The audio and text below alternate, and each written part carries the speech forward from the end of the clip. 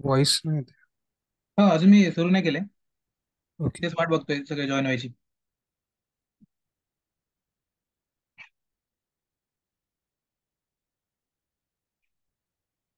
Okay. ठीक आहे, मला वाटतं सगळे आले. अं, एकदा बघा, स्क्रीन दिसते सगळ्यांना? हो. ठीक आहे. आता बघा. हा, तर मी सांगत होतो तुम्हाला की एक फक्त लक्षात घ्या की आधी काय होतं आणि नंतर काय होतं. कारण हा क्वेश्चन थोडा विचारला जातो. हं? तर जेव्हा आपला क्लास लोड होतो त्यावेळेला स्टॅटिक एलिमेंट मेमरीमध्ये येतात, पण त्यावेळेला नॉन स्टॅटिक एलिमेंट हे मेमरीमध्ये नसतात. कारण ते कधी बनणार, त्यांची मेमरी कधी अलोकेट होणार, ते ऑब्जेक्टसाठी असतात, बरोबर. तर ऑब्जेक्ट जेव्हा तुम्ही नंतर मेन मधून क्रिएट कराल त्यावेळेला त्यांना मेमरी मिळते. पण स्टॅटिकचं गोष्ट तशी नाही आहे. जेव्हा क्लास लोड होतो, ज्या मुवमेंटला कंपायलर क्लास लोड करतो त्यावेळेला डायरेक्ट स्टॅटिक मेंबरना मेमरी मिळते. ठीक आहे, त्यामुळे हे इंट इज इक्वल टू 10 हे कधी होतं, हे एकदम सुरुवातीला होतं. त्याच्यासाठी तुम्हाला क्लास लोड होण्याची गरज नाहीये. आता आपण असं अज्युम करा, आता इकडे बघा, मी पब्लिक स्टॅटिक वर्ड मेन आहे ना, ते याच क्लासमध्ये बनवली आहे. आपण दुसऱ्या क्लासमधून ऍक्सेस करतोय. ते पण बघू.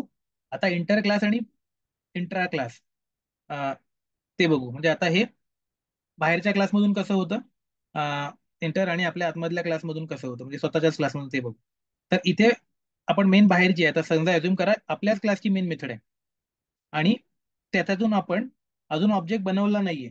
आता याच्यात पुढली स्टेप आपली काय असते की आपल्या याच्यामध्ये आपल्याला समजा एखादे व्हेरिएबल कॉल करायचे, म्हणजे ऑब्जेक्ट लेवल मेमरी द्यायची. तर आपली स्टेप अशीच असते ना की दिस डेमो,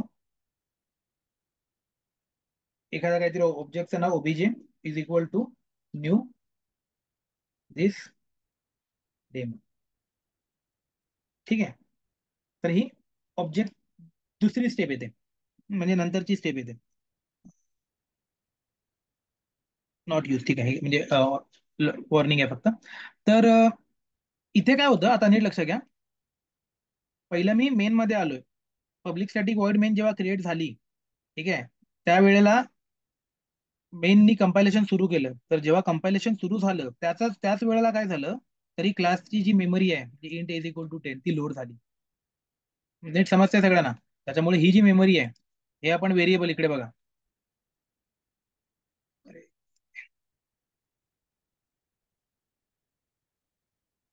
हा, हे एक व्हेरिएबल इज इक्वल टू 10 आता आपण स्टॅटिक केलंय. ते क्लास लेवलचं आहे. याला आता हे ऑब्जेक्टवर डिपेंड नाही मेमरी मिळवण्यासाठी. त्यामुळे सुरुवातीलाच काय झालं, हे व्हेरिएबल याच्यासाठीची मेमरी कंपायलरने दिली. त्याच्यामुळे आता तुम्ही जेव्हा इकडे system dot out print L A करता, याचं, तर तेव्हा काय होतं, 10 यांनी प्रिंट केलं. दिसतंय सगळ्यांना? 10 यांनी प्रिंट केलं. ओके. आता बघा, हे इथपर्यंत क्लिअर आहे ना, की कारण ही मेमरी, आता मी ऑब्जेक्ट बनवलाच नाही अजून. ऑब्जेक्टचा खेळ सुरू झाला नाही अजून. आपण आतापर्यंत सगळं ऑब्जेक्ट थ्रू बघत होतो. हे मी एक नवीनच काहीतरी काढले की मी ऑब्जेक्ट बनवतच नाही आणि डायरेक्ट मी माझीच मेथड आहे ना, ही माझाच क्लास आहे ना. माझ्या क्लासमधून मी माझा हे क्लास, ही मेन मेथड पण माझ्याच क्लासमधली आहे ना, क्लास डेमो मधली आहे. जसं आपण इथे याच्यामध्ये सेट डेटामध्ये हे डायरेक्ट वापरतोय, तसं मी याच्यामध्ये पण याच्यामध्ये डायरेक्ट हे प्रिंट करतोय, तसं मी मेन मध्ये मध्ये पण हे करू शकतो ना. म्हणजे हे आपल्याला कन्सेप्ट माहिती आहे की माझ्या याच्यामध्ये मी याची व्हॅल्यू डायरेक्टली वापरू शकतो माझ्या क्लास मेंबरची. तर हे यांनी अलाउ केलं. पण आता मी इथे काय केलं, मी बी प्रिंट करायला लावलं मेन मधून. ठीक आहे, बी मधून मी मेन बी प्रिंट केला. आता बी काय, मी एक नवीन व्हेरिएबल बनवलंय सुरुवातीला, जे नॉन स्टॅटिक आहे, int b is equal to 100. तर या मोमेंटला यांनी कंपायलरनी एरर काय दिली बघा, cannot make a static reference to the non static field. Cannot make a static reference to the non static field म्हणजे काय, तो काय म्हणतोय की स्टॅटिक, तुमचं हे मेन कुठलं फंक्शन आहे, स्टॅटिक फंक्शन आहे. हा, हे बघा इथे पब्लिक स्टॅटिक वॉइड मेन, ते मी तुम्हाला म्हटलं होतं ना की शेवटी तुम्हाला आपलं सगळं क्लिअर झाल्यावर उप्स मग ह्याचा अर्थ कळेल आणि तो आपण एक्सप्लेन करू. याच्यावर पण क्वेश्चन असतो, पब्लिक स्टॅटिक वॉइड मेन असंच का लिहितात. तर त्याच्यामधलं स्टॅटिक का लिहितात त्याचं एक कारण आपल्याला आज कळेल. तर हे स्टॅटिक आहे कारण आपल्याला क्लासला जो कॉल द्यायचा असतो तो सुरुवातीला द्यायचा असतो. ठीक आहे, त्यामुळे आपण स्टॅटिक ह्याच्यामधनं जेव्हा कॉल देतो तेव्हा तो इनिशियली क्लास लेवलला गोष्टी घडतात आणि त्या ऑब्जेक्ट क्रिएट झाल्यानंतर आपल्याला गोष्टी नाही घडवायच्या, सुरुवातीला करायच्या. बरं, ते पब्लिक स्टॅटिक वर्डमेंटचं नंतर बघू आपण. पण इथे आणि एरर काय दिली की स्टॅटिक मधून तुम्ही नॉन स्टॅटिकला कॉल करू शकत नाही. बी काय आहे? हे नॉन स्टॅटिक व्हेरिएबल आहे. आधी आपण स्टॅटिक मधून स्टॅटिक व्हेरिएबलला डायरेक्ट कॉल करत होतो, इंटला. तो चालत होता. ठीक आहे, जोपर्यंत आपण इथे इंट प्रिंट केलं, त्यांनी प्रिंट करून 10 व्हॅल्यू दिली. पण ज्या मोमेंटला मी बी प्रिंट केलं स्टॅटिक मेथड मधून, मी नॉन स्टॅटिक व्हेरिएबल ऍक्सेस करायचा प्रयत्न केला. ठीक आहे, तेव्हा त्यांनी मला एरर दिली की तुम्ही स्टॅटिक रेफरन्स हा नॉन स्टॅटिकला अलाउ असाइन करू शकत नाही. म्हणजेच एखाद्या स्टॅटिक गोष्टीमधून तुम्ही नॉन स्टॅटिकला कॉल नाही करू शकत. का नाही करू शकत? कारण तो म्हणतो अजून तो जन्माला यायचा आहे. अजून बी हा कन्सेप्ट आहे ना, तो ऑब्जेक्ट लेवल असणार आहे. तो जन्माला यायचा आहे. त्यामुळे तो जेव्हा आता तुम्ही स्टॅटिकला, म्हणजे तुम्ही आता क्लास लेवल मेमरीमध्ये आहात, तुम्हाला मेमरी दिली आहे मी, पण बी ला अजून मेमरीच दिलेली नाहीये. कारण जेव्हा क्लास त्याचा जन्माला येईल तेव्हा त्याला मेमरी मिळेल, ऑब्जेक्ट लेवल मेमरी मिळेल त्याला. आणि तेव्हा त्याच्यामध्ये ही 100 व्हॅल्यू जाईल. ठीक आहे, ती 100 व्हॅल्यू याच्यामध्ये आता फक्त इथे दिसते, पण ती त्याच्यामध्ये जाईल केव्हा? जेव्हा त्याचा ऑब्जेक्ट जन्माला येईल तेव्हा त्याचा तो ऑब्जेक्टचा गोल बनेल, म्हणजे मी तुम्हाला आपण जो दाखवत होतो. आणि तेव्हा त्याला ती व्हॅल्यू जाईल. त्यामुळे तो जन्माला येण्याच्या आधीच तुम्ही त्याला जर हाक मारलीत, म्हणजे आपला मुलगा जन्मालाच नाही आलाय पण प्लॅन करतोय, आणि त्याचं हे नाव ठेवू ठेव, आणि मग घरात हाका मारत बसलो, ये रे इकडे, तो येऊ शकत नाही अजून. त्याला थांब थोडा, त्याला जन्माला येऊ दे, त्याला कळू दे, मग तो येईल. तशी कंडिशन आहे की इथून त्याला तो कॉल नाही करून देत. कारण हा काय म्हणतोय, ही रिस्क तो घेत नाही. म्हणजे कदाचित तो जन्माला आला पण असेल या स्टेटमेंट नंतर, म्हणजे याच्या आधी जर मी असं लिहिलं असतं हे, तर तो आलेला पण असेल जन्माला. हे जर स्टेटमेंट आधी लिहिलं असतं वरती तर. पण कंपायलर ती रिस्क घेत नाही. तो काय म्हणतोय, स्टॅटिक नेहमी आधी येतात, त्यामुळे आधीचे नंतर येणाऱ्यांना कॉल नाही करू शकत. ठीक आहे ना, नंतर येणारे आधीच्यांना कॉल करू शकतात. कारण बरोबर आहे ना, म्हणजे मुलं जन्माला आली की ते पॅरेंटना जन्माच्या क्षणी पण कॉल करू शकतात. कारण ज्या अर्थी मुलं जन्माला आहेत म्हणजे पॅरेंट आहेतच तिथे. ठीक आहे, पण जे आधी जन्माला आले आहेत त्यांना नंतर जन्माला येणाऱ्यांचा भरोसा नाही की ते अजून आलेत नाही आलेत माहित नाहीये. त्यामुळे तुम्ही कॉल घेण्याची रिस्क रिस्क घेऊ शकत नाही इथे कंपायलर. सगळ्यांना कळलं? त्यामुळे हा कॉल इथे अलाऊ नाही झाला. नॉन स्टॅटिक स्टॅटिक मधून नॉन स्टॅटिकला डायरेक्ट कॉल अलाऊ होत नाही. पण तेच जर तुम्ही ऑब्जेक्ट थ्रू करत असाल तर अलाऊ होतो. म्हणजे आता हेच जर कॉल मी असा दिला, हीच लाईन मी, sorry, shift and control X केलं, आता इथे गेली. आता बघा, आता ओबीजे नावाचा ऑब्जेक्ट क्रिएट झालाय. ठीक आहे, तर एक मेमरी मिळाली आहे. तर आता मी ऑब्जेक्ट लेवलला कॉल केला, तर मग मी आता काय म्हणतोय, ओबीजे डॉट बी. ठीक आहे, आता त्यांनी मला अलाउ केलं. कारण तो काय म्हणतो, या ऑब्जेक्टला आता मेमरी आहे. मग तुला या ऑब्जेक्टचा बी पाहिजे का? हा, या ऑब्जेक्टचा बी मी देतो, त्याची व्हॅल्यू 100 असेल. मग हे जेव्हा आपण रन करू आणि तेव्हा आपण करू तेव्हा 100 व्हॅल्यू प्रिंट होईल. हे नीट समजून घ्या, मेमरी मॅनेजमेंट आहे ही. नॉर्मल कोडिंग करताना कुठे लागत नाही, पण हे माहिती असणं खूप गरजेचं आहे. याच्यावर सगळा फ्रेमवर्कचा खेळ पण, म्हणजे का करतो याची काचं रिझनच याच्यामध्ये असतं की असं का केलं. आणि इंटरव्ह्यू मध्ये हे माहिती असणं खूप चांगलं इम्प्रेशन पडतं जेव्हा आपल्याला मेमरी मॅनेजमेंट माहिती असते. ठीक आहे, तर त्याच्यामुळे हे याला कॉल जातोय. आता कधी, म्हणजे थोडक्यात काय तुम्ही कन्सेप्ट शिकलात. म्हणजे आता जेव्हा लोकांना त्या इंटरव्ह्यू मध्ये विचारलं जातं की स्टॅटिक आणि याच्यामधला फरक सांग, स्टॅटिक कीवर्ड काय आहे, तर तेव्हा सांगतात. आता ते एक्सप्लेनेशन असं इंटरव्ह्यूला देतात, आणि तसं दिलं पण पाहिजे की सुरुवातीला, की sir static is a keyword use in Java which is allowing to give memory, class level memory. So whenever we need to allocate class level memory, we use class static keyword. So static can be used for variable, for block, for method, असं ते खूप सांगतात. आणि मग तो म्हणतात की okay, and there are some rules for static. You can access non static variables for from non-static. You can access a static variable from static, but you can access static variable from non-static, but you cannot access non-static variable from static. असे ते धडाधड धडाधड rule पण सांगतात. हे theoretical सांगणं इथपर्यंत सोपं आहे, हे वाचून कोण पण सांगू शकतं. ठीक आहे, पण मग जेव्हा मग पुढे विचारलं जातं, एवढं सांग की नॉन स्टॅटिकला स्टॅटिक मधून कॉल का नाही करू शकत. मग इथे बऱ्याच जणांकडे आन्सर नसतं. ते त्यांना माहिती नसतं मेमरी लेवलला की का नाही करू शकत कॉल. तर करू का नाही शकत, कारण त्यांचा जन्मच झालेला नाही अजून, त्याला मेमरीज मिळालेली नाहीये. ठीक आहे, नॉन स्टॅटिकला स्टॅटिकला मेमरी आधीच मिळते सुरुवातीला, आणि नॉन स्टॅटिकला ऑब्जेक्ट बनल्यावर मेमरी मिळते. त्यामुळे त्याला तुम्ही स्टॅटिक मधून कॉल कधी करू शकत नाही. तर आता हे 3 परम्युटेशन आणि कॉम्बिनेशन आहेत. तर त्या असं आता पाठ करायची पण गरज नाही, त्याचा फक्त हा एकच निगेटिव्ह आहे.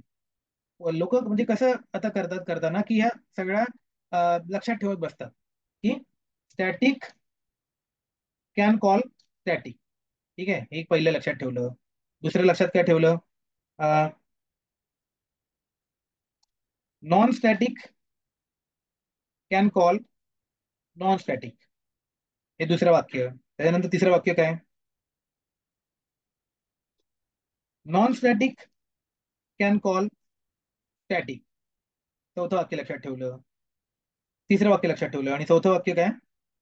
Static cannot call non static. तर आता स्टॅटिक बद्दल लिहिताना हे चार वाक्य मुलं खूप वेळ लक्षात ठेवत बसतात. हे चार परम्युटेशन आणि कॉम्बिनेशन झाले ना, की ह्याच्यातनं याला जातो का, त्याच्यातनं त्याला जातो का, त्याच्यातनं याला जातो का, आणि ह्याच्यातनं त्याला नाही जात. असं म्हणजे वेगवेगळं झालं ना सगळं. तर एवढं लक्षात ठेवणं असं वाटतं अरे एवढं कसं लक्षात ठेवायचं. पण ह्याच्यात तुम्हाला लक्षात फक्त एकच गोष्ट ठेवायची, चौथी लाईन, की static cannot call non static. बाकी सगळं पॉसिबल आहे. कळलं? पॉसिबल काय नाही की स्टॅटिक मधून नॉन स्टॅटिक ना डायरेक्ट कॉल नाही, तो पण डायरेक्ट ना ऑब्जेक्ट थ्रू आहे. डायरेक्ट कॉल पॉसिबल नाही. बाकी उलटे सगळे कॉल पॉसिबल आहेत. आता बाकीच्या तीन गोष्टी लक्षात ठेवायची गरज आहे का? ते आपण बनवू शकतो ना त्या वेळेला. हे कॅन कॅन आहेत सगळे, कॅन कॅन कॅन, आणि हे नॉटचं एकच कंडिशन आहे. आणि का नाही, तर हे कारणामुळे नाहीये.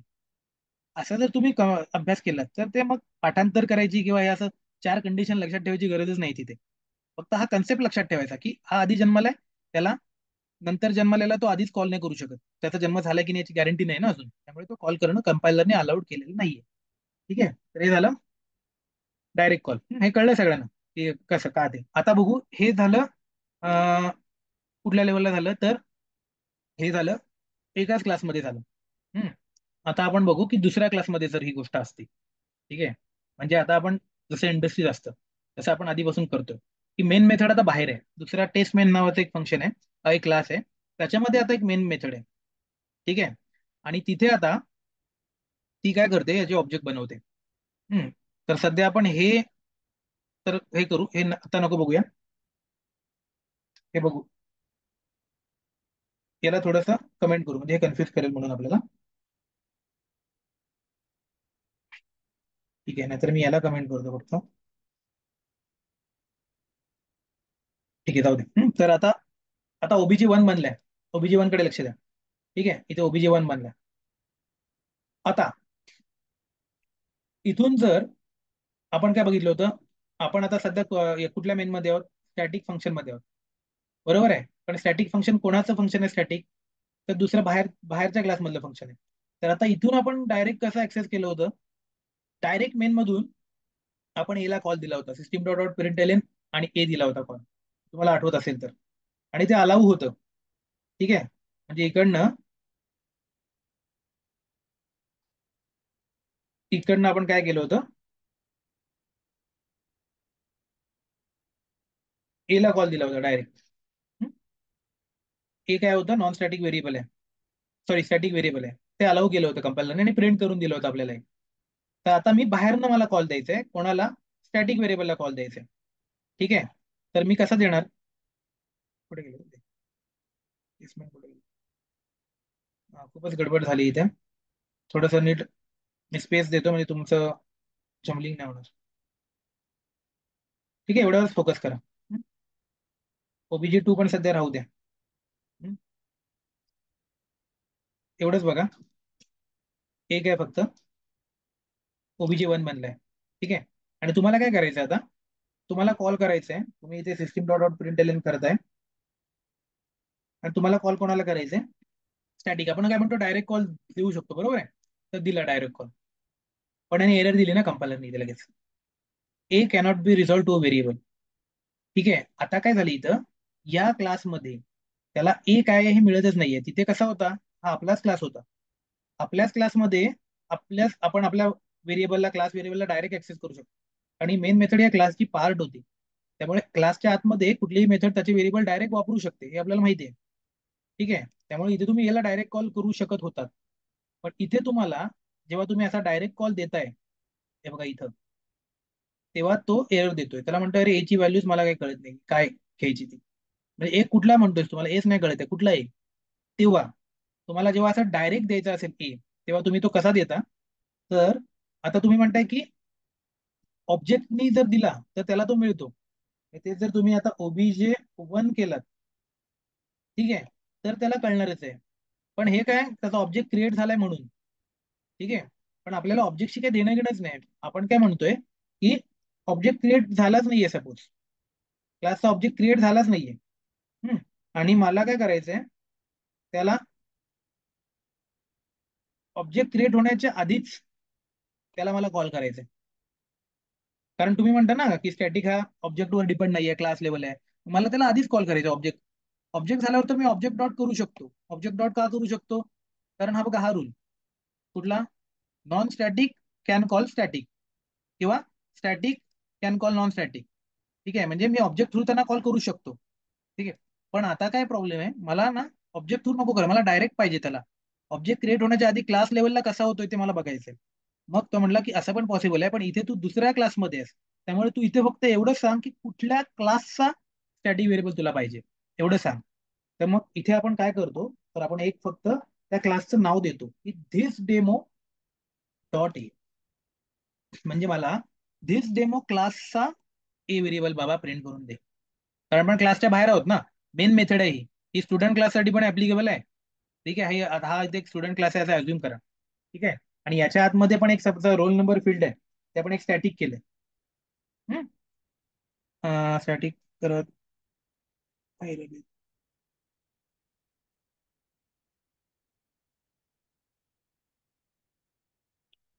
कॅपिटल केलं का मी? हा, मी स्टॅटिक केलंय.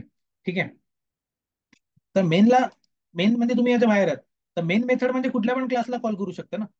तर त्यामुळे ती काय विचारते, मला फक्त एवढंच सांग की तू कुठल्या क्लासचं ए व्हेरिएबल आहेस. इथं स्टुडंट क्लासमध्ये पण एक ए व्हेरिएबल असेल, किंवा रोल नंबर व्हेरिएबल असेल, किंवा ए व्हेरिएबल असेल. ठीक आहे. कुठल्या काही पण नाव असू शकेल त्याचं. आणि इथे दुसऱ्या क्लासमध्ये पण असेल, तर मी देतो, पण मला सांग की तू कुठल्या क्लासचा पार्ट आहेस. त्यामुळे मेन क्लासला आपल्याला काय सांगायला लागतं की धिस डेमो क्लासचा ए व्हेरिएबल मला प्रिंट करून दे. ठीक आहे, म्हणजे इथे मला ऑब्जेक्ट सांगायला लागत नाही. आतापर्यंत आपण काय बघत होतो, आपल्या कुठल्या पण इलिमेंटला जर पोचायचं असेल तर ऑब्जेक्ट थ्रूच पोचता येत होतं. बरोबर आहे. पण स्टॅटिक त्याला अपवाद आहे, कारण त्याला क्लास लेवल मेमरी आहे. मग तो काय म्हणतो, क्लास लेवल मेमरी आहे, मग मला क्लास लेवल ऍक्सेस कर. म्हणजे क्लासचं नाव दे आणि डायरेक्ट डॉट दे, मी तुला मिळेल. मग त्याच्यामुळे मी जेव्हा असं करतो आणि जेव्हा मी रन करतो, तेव्हा तुम्हाला 10 प्रिंट करून देतो. 10 काय आहे, तर त्या क्लासमध्ये व्हेरिएबलची व्हॅल्यू आहे. ठीक आहे. तसंच सेम गोष्ट कशासाठी, तर ही मेथड आहे. समजा सेट डेटा मेथड असेल. ठीक आहे. ती जर मी आता इकडनं ट्राय केली, ऑब्जेक्ट होण्याच्या आधी जर मी ट्राय केली सेट डेटा मेथड, तर मला ती मिळणार नाही. कारण सेट डेटा मेथड जर तुम्हाला करायची असेल, ती नॉन स्टॅटिक आहे. त्यामुळे मला तिचा ऑब्जेक्ट क्रिएट करायला लागेल, आणि जेव्हा तुम्ही ओबीजे वन कराल, डॉट कराल, तेव्हाच मला ती इथं सेट डेटा मेथड दिसायला लागेल. इथे दिसते सेट डेटा मेथड, आणि त्याची दुसरी मेथड आहे ती म्हणजे डिस्प्ले मेथड, ती मला दिसायला लागेल. ती ओबीजे वन डॉटला दिसते. ठीक आहे. पण इथे मी अजून ऑब्जेक्ट क्रिएटच नाही केलंय, मी क्लास लेवलला आहे, आणि मी धिस डेमो डॉट म्हणतोय. ठीक आहे. तर धिस डेमो डॉट म्हटल्यावर मला क्लास लेवल काय आहे तेवढ्याच गोष्टी दिसत आहेत. तर क्लास लेवल फक्त एक मला एक मेन मेथड आहे धिस डेमो क्लासची, आणि दुसरी काय, ए नावाचं एक व्हेरिएबल आहे, ते मी स्टॅटिक केलंय. त्यामुळे ज्या गोष्टी स्टॅटिक आहेत त्याच तुम्हाला इथे क्लास डॉट दिसत आहेत, आणि ज्या गोष्टी स्टॅटिक नाही आहेत, नॉन स्टॅटिक आहेत, ते तुम्हाला ओबीजी डॉटला दिसत आहेत. कळते तुम्हाला? म्हणजे स्टॅटिक नॉन स्टॅटिक दोन्ही पण. पण तुम्हाला जर क्लास लेवलला गोष्टी बघायच्या असतील, तर तुम्हाला काय दिसल्या पाहिजे, त्याला तुम्ही स्टॅटिक केलं पाहिजे. त्यामुळे इथे दिस डेमो जर तुम्ही केलं आणि डॉट इथे, आता जर तुम्ही डायरेक्ट तुमची कुठली मेथड होती, सेट डेटा मेथड होती, तर तिथे तुम्हाला ते ऍक्सेसिबलच नाही, कारण ते डॉट मधून येतच नाहीये. ती काय म्हणेल, this demo not applicable to the argument time. Set data ही ओके ठीक आहे. सेट डेटाला आपण आणखी एक टाकून देऊ, डेटा कुठला 5 टाकून देऊ. ठीक आहे. तर त्यांनी एरर काय दिली बघा, cannot make a static reference to the non-static method set data from the type this demo. तो काय म्हणतोय की तुम्ही स्टॅटिक मधून, या स्टॅटिक मेन मेथड मधून नॉन स्टॅटिकला कॉल नाही करू शकत. ठीक आहे. मग मला जर आता डायरेक्ट ऑब्जेक्ट क्रिएट होण्याच्या आधी त्या मेथडला कॉल करायचं असेल, तर मला काय करायला लागेल, इकडे जाऊन या मेथडला स्टॅटिक मेथड बनवायला लागेल. ठीक आहे. ज्या क्षणाला मी या मेथडला स्टॅटिक बनवेल, इथली एरर गेली. गेली एरर, मी सेट डेटा 5 टाकू शकतो आता त्याच्यामध्ये. ठीक आहे. आणि ही रन होईल, आणि त्याच्यात 5 डेटा जाईल. आणि म्हणजे ही गोष्ट कधी होऊ शकते आता तुम्हाला फरक कळतंय म्हणजे मी दोन ठिकाणी तुम्हाला दाखवलं की क्लास लेवल कसं करायचं. तर ह्याला म्हणतात स्टॅटिक व्हेरिएबल, स्टॅटिक एंड, आणि याला म्हणतात स्टॅटिक मेथड. ठीक आहे. तर आपण दोन गोष्टी बघितल्या की स्टॅटिक एंडला तुम्ही केलं म्हणजे क्लास लेवल मेमरी, तशी ती मेथडला तुम्ही स्टॅटिक करताय तर ती तुम्हाला अगेन क्लास लेवल मेमरी, म्हणजे तुम्हाला ती डायरेक्ट क्लासच्या नावाने तुम्ही तिला ऍक्सेस करू शकता.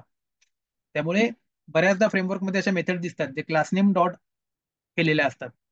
ठीक आहे, मग ते काय असतात तर त्या स्टॅटिक मेथड असतात ज्याला क्लासच्या नावाने डायरेक्ट ऍक्सेस करू शकतो. कधी पण तुम्हाला असं दिसलं की क्लासच्या नावाने डायरेक्ट मेथडला ऍक्सेस केलंय किंवा व्हेरिएबल, लगेच समजून जायचं ती स्टॅटिक आहे. कारण आता इथेच आपण बघितलं की स्टॅटिक थ्रू आपल्याला नॉन स्टॅटिकला ऍक्सेस नाही करता येत. ठीक आहे, फक्त स्टॅटिकलाच ऍक्सेस करता येत. त्याच्यामुळे ती 100% स्टॅटिक आहे. तर हे कळलं सगळ्यांना याच्यातला फरक की कसा आहे. आता बघा या गोष्टी तुम्हाला आता मी सांगितल्या. ठीक आहे, हे जाऊ दे आता, त्याला कमेंट करतो. आता मेन गंमत इकडे येऊ आपण.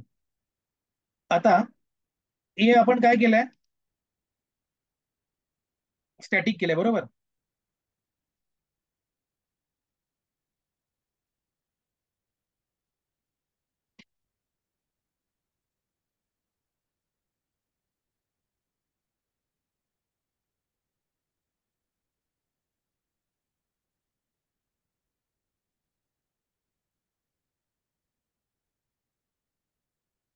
ओबीजीला आपण हे करून ठेवलं ना इथं, ओबीजीला हे केलं. ठीक आहे, या कंटेनरला पण असं करू.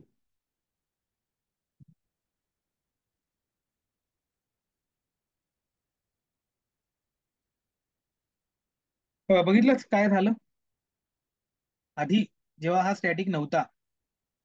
इकडे बघा नीट, हा हे जेव्हा स्टॅटिक नव्हता, स्टॅटिक नाहीये आता.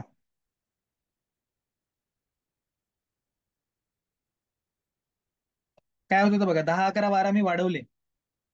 कुठल्या ऑब्जेक्टसाठी वाढवले, नीट लक्षात आहे काय केलंय, नीट बघा परत एकदा. दोन ऑब्जेक्ट बनवलेत. हम्म? आणि सिम्पल, पहिला ऑब्जेक्ट वन साठी ए मी वाढवला. हा, ए ची व्हॅल्यू आधी 10 आहे, ती मी 10 नंतर 10 11 केली, 12 केली, 13 केली. परत दुसरा ऑब्जेक्ट घेतला आणि त्याचा ए वाढवला. मग ती परत काय, त्याचा परत नव्याने त्याला व्हॅल्यू मिळाली ऑब्जेक्ट लेवल, 10 आणि 11 बनली. ठीक आहे, हे आपण आधी बघितलं होतं. हे आधी बघितलं आपण इथे कसं होतंय ते, याचा याच्यावर काही फरक पडत नाही. पण इकडे मी काय गंमत केली, आता मी फक्त याला बनवलं स्टॅटिक. बनवलं स्टॅटिक म्हणजे याला आता क्लास लेवल मेमरी बनणार, म्हणजे याची एकच मेमरी, आता ही ऑब्जेक्टवर डिपेंडच नाही मेमरी. तुम्ही ऑब्जेक्ट थ्रू याला ऍक्सेस करू शकता, पण ही मेमरी कोणाची आहे, ही एक वन टाइम मेमरी आहे. शब्द लक्षात ठेवा, वन टाइम मेमरी. ही इथे क्लास लेवल बनली, त्यामुळे आता जे काय होईल ते याच्यावरच होईल, एकदाच होईल. आता ही ऑब्जेक्टची सेपरेट सेपरेट मेमरी नाहीये. ए हा हा आता क्लासचा पार्ट झाला, त्यामुळे याने याच्यावर काही छेडछाड करून गेला, जे पण गोंधळ तो याला पण दिसणार, याला पण दिसणार. ती व्हॅल्यू इथेच बदलणार, एकदाच बदलणार. याच्या आता तीन तीन याच्या वेगळ्या व्हॅल्यू नाही बनणार ऑब्जेक्ट लेवलला, एकच व्हॅल्यू राहणार. त्यामुळे इथे काय झालं बघा, त्या मुमेंटला मी याला असं केलं, स्टॅटिक बनवला, आणि मी आलो परत मेन मध्ये आणि याला रन केला. आता काय झालं बघा, 10 11 12 बनली होती, 13 व्हॅल्यू झाली होती. परत ऑब्जेक्ट 2 ला मी जेव्हा कॉल दिला तेव्हा त्यांनी तिथूनच व्हॅल्यू कंटिन्यू केली, ती व्हॅल्यू 13 14 पुढे झाली. ठीक आहे. आता उद्या जर मी इथे ऑब्जेक्ट 3 बनवला,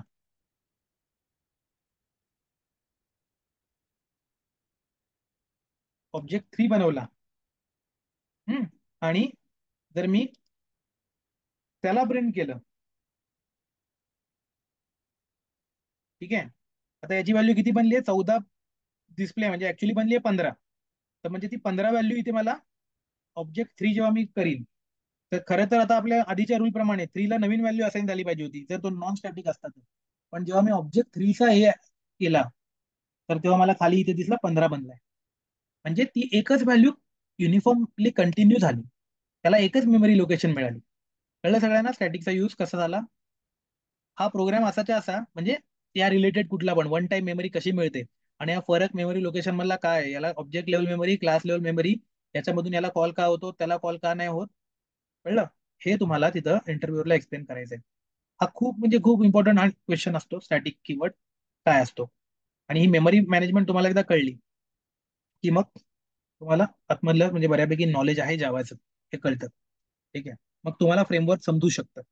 नाहीतर फ्रेमवर्क तुम्हाला ती गोष्ट क्लास लेवल ऍक्सेस का दिलाय, कधी द्यायचा, ती गोष्टचा सेन्सच येत नाही की कधी काय करायचं ना, तो सेन्सच येत नाही आतमधून, जर तुम्हाला हा कन्सेप्ट मेमरी मॅनेजमेंटचा माहित नसेल तर. ठीक आहे. ह्याच्यात काय डाऊट असेल तर विचारा.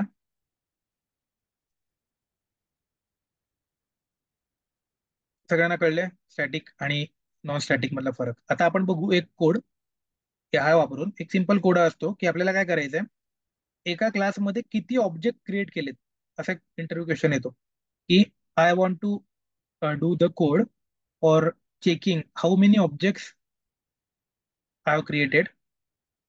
असं जर मला त्यांनी सांगितलं की असं मला एक हे लिहायचंय, तर काय करायचं, कसा कोड लिहाल.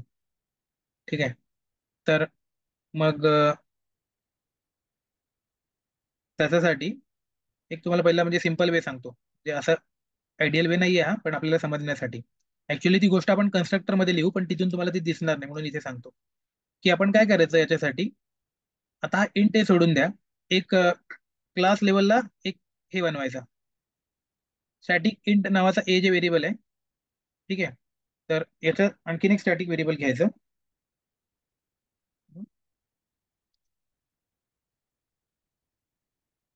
हे आपल्या ऑटोमेशन टेस्टिंगला खूप इम्पॉर्टंट ठरतं, कारण आपल्याला जी व्हॅल्यू आहे ना ती बदलत राहतात एखाद्या गोष्टीच्या, आणि थ्रू आउट एकच व्हॅल्यू आपल्याला राहायला लागते, शेवटपर्यंत रिपोर्टमध्ये आपल्याला प्रिंट करायला लागते ती व्हॅल्यू. तर त्याच्यावर मध्ये मध्ये बदल होत राहतात आणि त्या कंडिशन असतात की हे असं असेल तरी व्हॅल्यू अशी दे, म्हणजे रिफंड असेल तर ही व्हॅल्यू अशी कर, तर रिफंड नसेल तर ती व्हॅल्यू तशी दे, म्हणजे अशा खूप कंडिशन. तर त्या कंडिशननुसार एकच व्हॅल्यू युनिफॉर्म राहायला लागते. तर तेव्हा जेव्हा जेव्हा असं लागतं तेव्हा आपण सुरुवातीला ते व्हेरिएबल स्टॅटिक म्हणून डिक्लेअर करतो फ्रेमवर्कमध्ये आपल्या. ठीक आहे. तर जेव्हा तुम्हाला त्या व्हॅल्यूची युनिफॉर्मिटी पाहिजे असेल थ्रू आउट द, ती एकच व्हॅल्यू एकच मेमरी लोकेशन सोबत प्ले केलं जावं असं तुम्हाला वाटत असेल, तेव्हा तुम्ही त्याला स्टॅटिक म्हणून. आता आपण इथे काय करणार, एक सिंपल काउंट नावाचं एक व्हेरिएबल घेणार, ते स्टॅटिक घेणार. हम्म. तर याचा आपण डेटा टाईप देऊ, तर इंटीजर, एक इंटीजर व्हेरिएबल घेणार काउंट नावाचं, आणि मेन मध्ये येणार. आणि आपण काय करणार, तर जेव्हा ऑब्जेक्ट क्रिएट होईल, हम्म, त्यावेळेला आपण काय करणार, एक इनिशियली तर आपण त्याला व्हॅल्यू देऊन ठेवू, कंपायलर हे देईलच कन्स्ट्रक्टर, पण तरी त्याला आपण इनिशियल व्हॅल्यू एक झिरो देऊन ठेवू. काउंट आता तर झिरो आहे, आता ऑब्जेक्ट कुठलाच क्रिएट नाही. आणि जेव्हा एक ऑब्जेक्ट म्हणजे क्रिएट होईल तेव्हा आपण काय करणार, तर काउंट प्लस प्लस करणार. ठीक आहे. हम्म, हम्म, तर काउंट प्लस प्लस तुम्हाला कसं करायला लागणार, हे नॉर्मल नाही, क्लासच्या बाहेर आलात ना तुम्ही, सांगा आणि एरर का दिली.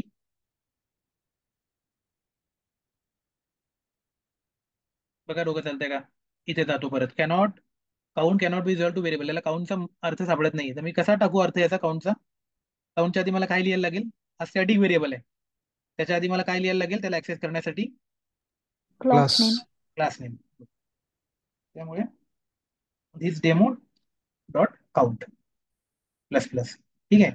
तर ही लाईन तुम्ही काय करणार, जेव्हा जेव्हा तुम्ही ऑब्जेक्ट क्रिएट करा, जेवढे ऑब्जेक्ट क्रिएट होतील त्याच्यानंतर ही लाईन तुम्ही टाकणार. ठीक आहे.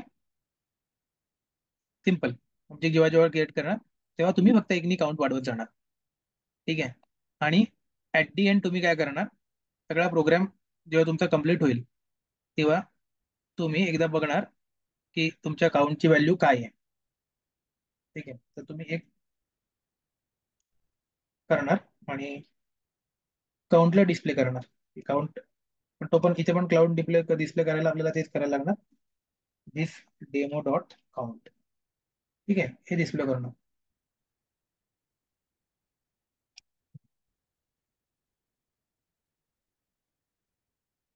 रन करू.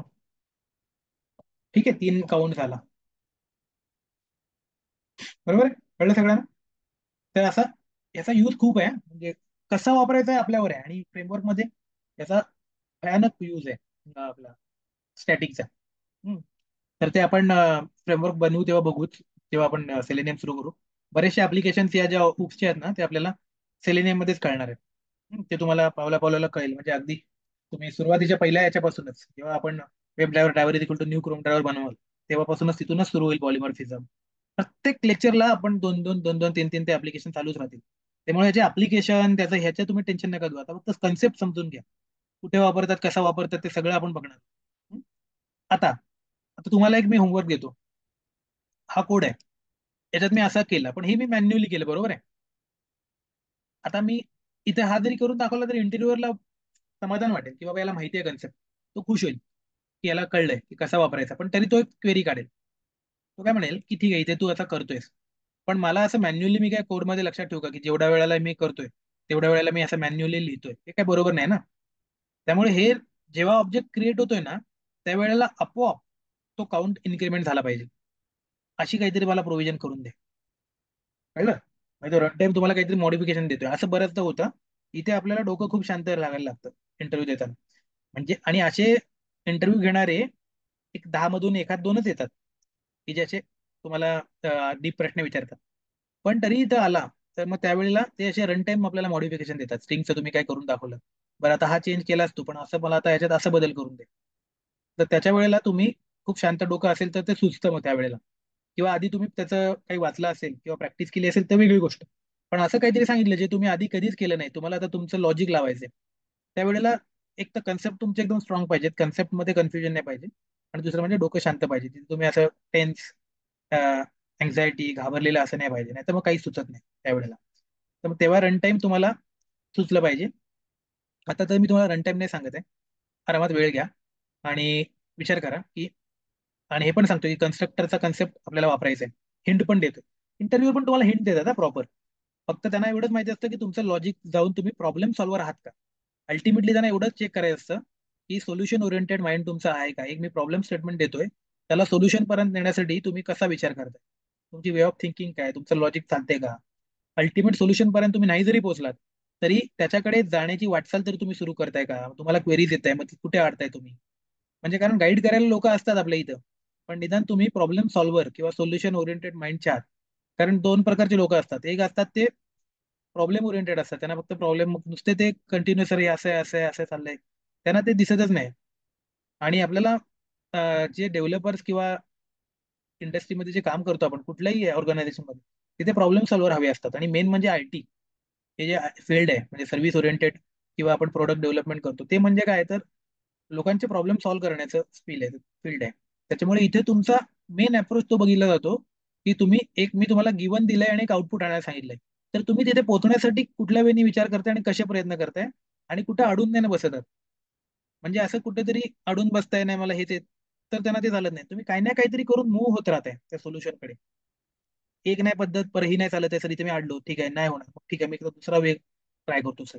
आणि तुम्ही जसा विचार करता ते त्यांना सांगायचं तिथं, ते तिथं टाईप करायचं की सर आता मी या वेने ट्राय करतोय, I am now thinking on this way, now will try, okay this loop is not working, okay I am getting that it is not working, so I think I need to try it nested for loop, that will work, okay I will try. असं करून करून म्हणजे तुम्ही सोल्युशनकडे जाताय, तुम्हाला नुसते प्रॉब्लेमला अडकून बसत नाही, असा एक फील त्यांना द्यायचा असतो. आणि अल्टिमेटली काहीतरी त्यांना आउटपुट आणून द्यायचं असतं. भले ते पूर्ण नसेल, पण निदान फुल नाही तर फुलाची पाकळी तुम्ही आणली तिथे. एवढं जरी केलं तरी ते बऱ्याचदा खूप असतं आपल्या ऑटोमेशन टेस्टसाठी. ठीक आहे, कारण आपण काही जावा डेव्हलपर नाही आहोत. पण असा अप्रोच पाहिजे. तर मी तुम्हाला काय सांगितलंय, हे असं नकोय मला आता. तर तुम्हाला काय आणायचंय, मी ऑब्जेक्ट क्रिएट करीन आणि काउंट माझा मला तिथे माझा आपोआप झाला पाहिजे. असं काहीतरी करायचं असेल तर तुम्ही कसा करा. ठीक आहे, तर याचा विचार करा. मग आपण बघू ते. तुम्ही विचार करा, नाही तर मग आपण डिस्कस करू त्या गोष्टीला. ठीक आहे, तर त्याच्यात मी वेळ नाही घालवत. पण हा तुम्हाला कन्सेप्ट कळला. कुठला कन्सेप्ट कळला, तर स्टॅटिकचा आपण कन्सेप्ट बघितला की स्टॅटिक कीवर्ड. आणि याच्यात आणखीन एक बऱ्याच गोष्टी आहेत. त्याच्यामध्ये स्टॅटिक ब्लॉक नावाचा पण एक कन्सेप्ट येतो. म्हणजे कसं आहे, तर जसं आपण एक फंक्शन स्टॅटिक लिहितो, हे लिहितो, तसा एक सिंपल एक ब्लॉक असतो, जे फंक्शन पण नसतं काही नसतं, नुसतं असं एक स्टॅटिक लिहून त्याला एक ब्लॉक केला जातो. हे जे चुकलं माझं.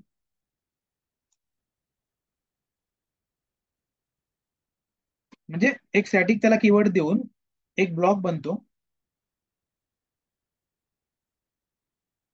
पण तो थोडा ऍडव्हान्स टॉपिक आहे.